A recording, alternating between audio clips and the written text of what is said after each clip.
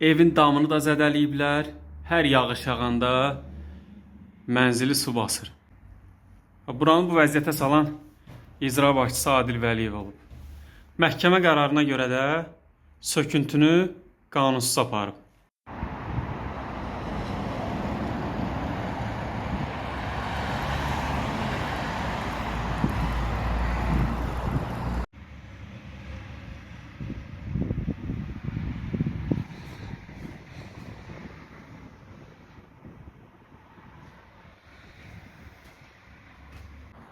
Bu da digər bir mənzilin otağın üstüdür. Baxın, burada da həminki vəziyyətdir. Buranı da belə dağıdıblar.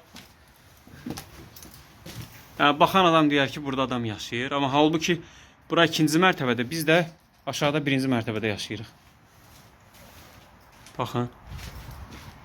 Yəni, yağış yağanda Allah bilir ki, biz hansı əziyyət çəkirik. Baxın, görürsünüz pəncərədən gələn torpaq evin əvəziyyəti salıb.